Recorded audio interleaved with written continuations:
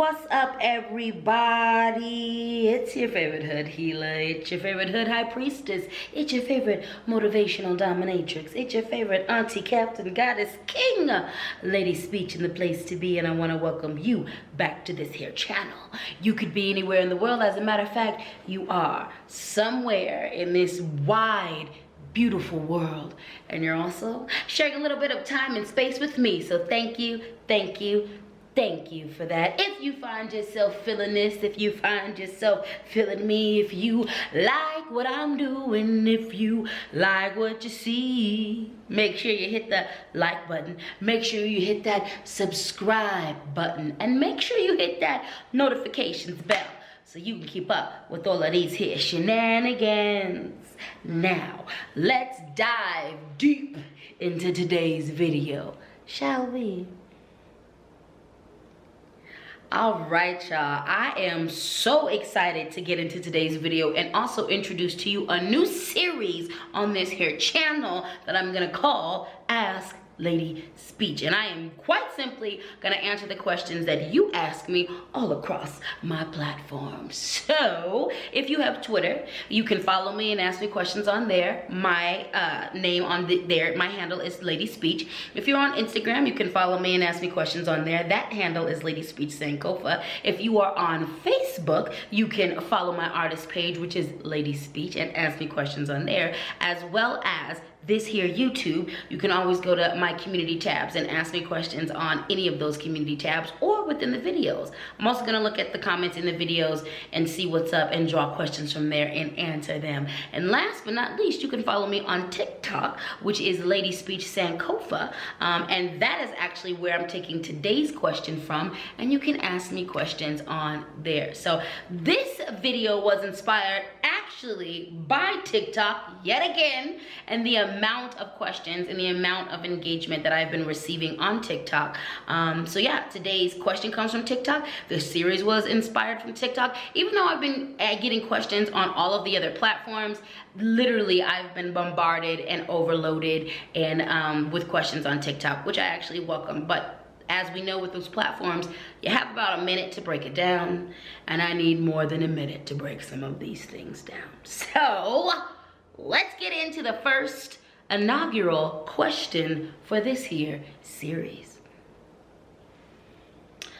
I'm gonna go ahead and read this from my phone. Today's question is, can you tell me how I meet my spiritual team? I've been running on intention alone. It's exhausting and I feel I need their help. So once again, can you tell me how I can meet my spiritual team? I've been running on intention alone. It's exhausting and I feel the need for their help, or I feel I need their help. Well, darling, let's get into it. Point number one. First and foremost, recognize that your spiritual team, every single aspect of your spiritual team, is already connected to you. All right, so you can relax with that information, understanding that all you need to do is open up and establish connection from your side. Know that they're already connected to you. They're with you. They've been guiding you. They've been rooting for you. They've been cheering for you this whole time. And you have, on a lot of subconscious levels, already been responding to them. So number one, don't stress yourself. Relax. The fact of the matter is, your spiritual team is already rooting for you. They're already connected to you, and they are so excited that you're looking to deepen and strengthen the relationship with them from your end. Point number two, having a strong connection and a strong trust in and within yourself is going to be key. Trusting yourself. Trusting your instincts, trusting that you know what you know, you see what you see. Connecting, having a solid connection with ourselves. Why do I say this is important?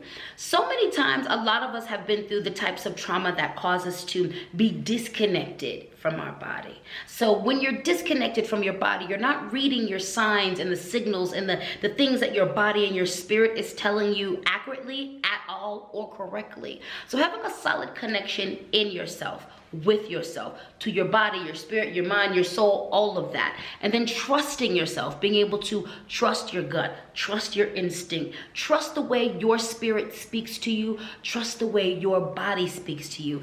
This is going to be important because your spirit, your body is going to be used with your spiritual team to communicate with you. There are ways and aspects and parts and ways that some parts of my spiritual team communicate with me that involve my body. The ancestors speak to me with my skin a lot. The communication that I have, and that's a personal thing with me and my ancestors. Some people actually experience a similar thing. Some people speak with their ancestors a different way. And also, that's not the only way that I communicate with my ancestors. However, connecting with yourself, connecting with your body, trusting yourself, trusting your body, trusting yourself, trusting that you know what you know, you've seen what you've seen, and you being able to believe yourself is going to be key. If you are having trouble with that, well then I would suggest maybe working with a therapist or working with other healers so that you can strengthen your connection with yourself, or so that you can learn what is blocking you from connecting with yourself and what is blocking you from connecting and trusting your instincts, so that we can unblock that and you can begin connecting a lot more concretely with your spiritual team. Number 3. The power of observation and the power of introspection. Why are these important? I just mentioned that your spiritual team you've probably already been connecting with them, especially at an unconscious level or at a subconscious level. So the power of observation is going to help you recognize patterns as you are seeking to deepen and connect with your spiritual team. It's going to help you to recognize patterns and recognize ways that they've already shown up. There are several deities that, as I began to study and walk into my expanded faith, as I was strengthening my spiritual relationship, the more that I connected with my Orisha, I was initiated into the Ifa tradition. So the more that I was connecting with my Orisha, the more that governed my life, the more that I recognized how not only they were already and had already shown up in my life, but I recognized deep patterns and as to where they had already been in my life. So the power of observation, the power of introspection will help you a lot, because it can help you to establish where you've already been in contact with them, and that knowledge will help you stand firmer in your relationship in regards to building a relationship with them. So the power of observation and the power to be introspective, to be able to go in, to be able to review past experiences, to be able to mull things over, to be able to think these over, to distill and to identify patterns in your life where your spiritual team has already shown up is going to help fortify your spirit and help strengthen the foundation you're building with connecting with your spiritual team. Number 4, point number 4, the power of prayer. Yes, my loves, it's as simple as that. The power of talking to them, praying with them. Prayer is for God, and prayer is also for every other aspect of your spiritual team. I remember when I first began my official journey into my spiritual path and purpose, and this was when I left my house. Actually, this was right before I left my house, right before I was kicked out of my family and left my house at 18 years old. I remember going and having just a very simple prayer. I remember praying to God, and I was raised as one of Jehovah's Witnesses. And so I remember a day where I had been, this was after weeks of really going through a very spiritual existential crisis and really understanding and defining what my relationship was with God. And so I just remember one day it culminated in me having a very heartfelt prayer and starting right there. And I remember going down into the basement of my house and going to the quietest place in my house, the most peaceful place in my house. And I remember just praying, and I remember opening up my spirit and being like, Creator God, I do not relate to you as I've been raised to relate to you in regards to Jehovah. I don't believe in being a Jehovah Witness. I'm not connected to this faith or this religion, but I do believe in you. And I do believe that there are other aspects at play here. Please continue to guide me and show me, and I'm open. I do know and I recognize that I am a spiritual person. I don't believe in the way that I am being taught or I've been raised, but I do believe that you are real, and I do believe that there are other aspects and other elements involved in my spirituality, and I'm looking to know them and seek them. And I'm officially, I remember saying and praying, I'm officially on my spiritual quest. It literally started there. It literally started there with one prayer. And after that, the more prayers I received, the more doors and opportunities opened up, books fell into my lap. I received guidance. The more that I prayed and asked for connection, the more that connection began to be present in my life. So literally simply just opening up and connecting with prayer, even if you don't know who they are. Literally, even if you don't know who they are, but you know you have a spiritual team, you know that you have your ancestors. And let's real quick, who's a part of your spiritual team? First and foremost, your ancestors. They're your front line. Your spiritual team is going to be your guardian angels. Your spiritual team is going to be your spirit animal allies. And I say spirit animal allies, not spirit animals. That language belongs to specific tribes. Native indigenous tribes to North America. There are other native indigenous tribes in other continents who do claim the language of spirit animal. And there's also African tribes who do claim that language as well. But not every tribe or spiritual, system claims that language. So I don't like to say that's my spirit animal. However, a lot of us have it come from native indigenous traditions or come from in traditions where our ancestry comes from, where we do have a connection with animals. That doesn't belong to just one person. Language, though, is important. So your spiritual team is part of your spirit animal allies, your spirit animal allies that are connected to you and that work with you. Your spirit team, did I say guardian angels?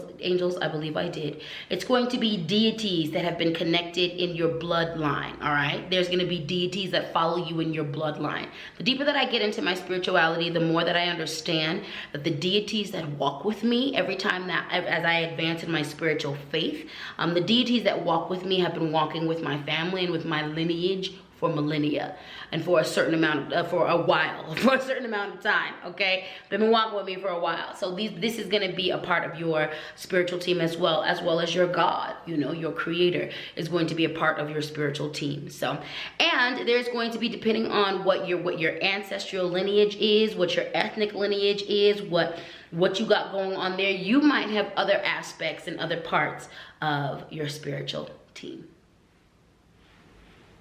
Tip number 5, meditation. The power of meditation compels you. There is a saying that says the act of prayer is speaking to God, cosmos, universe, and the act of meditation is the act of listening, communing, attuning yourself with God, universe, cosmos, okay? Meditation is a powerful tool that you can use to not only fortify and strengthen your relationship with your spiritual team, but also to connect and to listen to your spiritual team as well. There's a lot of different ways and methods and reasons that you can come at and to do meditation for, and I can tell you that meditation is a powerful tool in connecting. I can also tell you that there is aspects of my spiritual team that I did meet through and with and under and with the use of the tool of meditation. So meditation, another powerful tool to connect with your spiritual team. Number 6, ceremony and ritual. Hello, goodbye. Ceremony and ritual, powerful tools, powerful tools to connect with your guides. Ceremony and ritual is probably the most powerful and profound ways that I have been introduced to aspects of my spiritual team, that I have been that I've spoken with and had connection with aspects of my spiritual team, and all kinds of ceremony, healing ceremony, full moon ceremony, abundance ceremony, all types of ceremony and ritual have led me to not only a deeper connection with my team and also fortifying our relationship, but also introducing me to aspects of my spiritual team.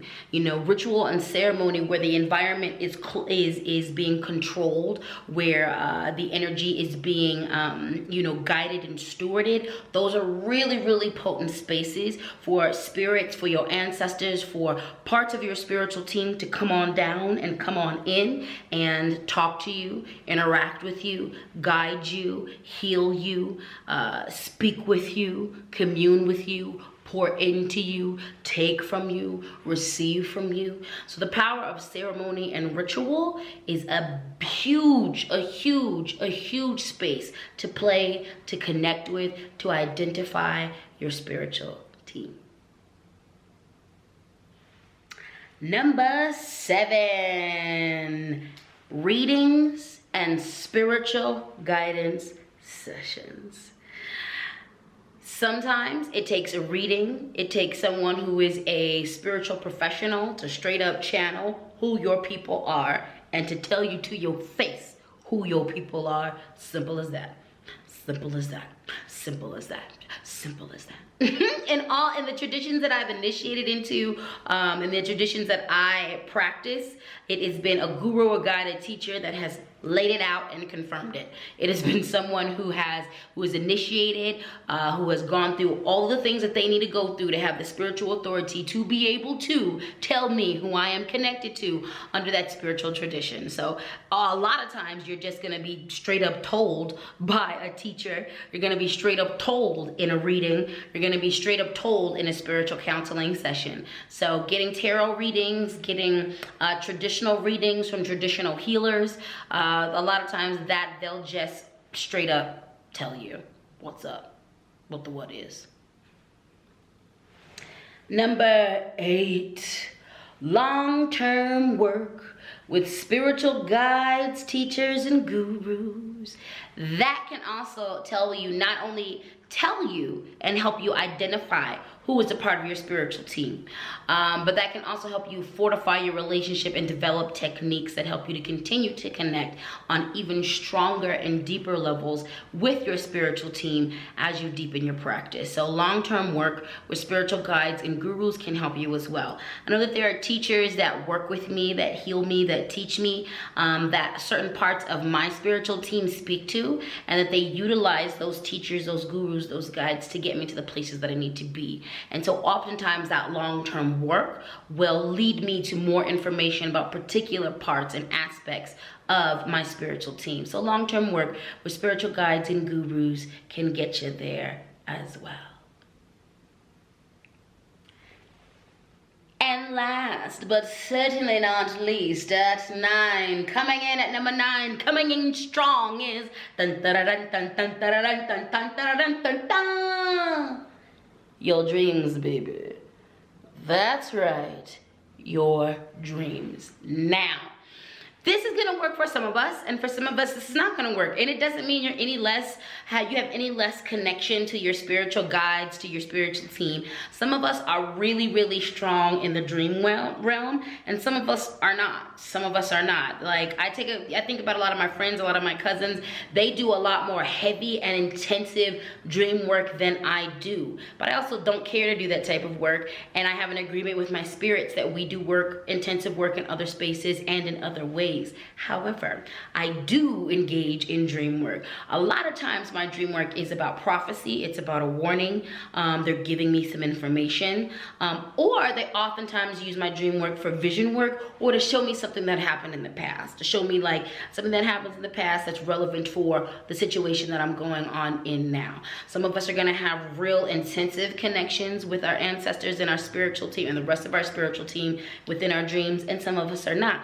Some of us like that, and some of us do not. I remember when I was beginning my spiritual path and purpose and really walking my path, I hated dream work, actually. I hated it. And my ancestors in the beginning and my spiritual team used my dreams a lot. And for me in the beginning, it was very overwhelming. It was very overwhelming. And I remember speaking to my spiritual team and being like, I cannot. Can y'all please ease up from this? This is a lot, and this is really heavy, and it makes me feel all the types of ways. So can we maybe not? So can we maybe not?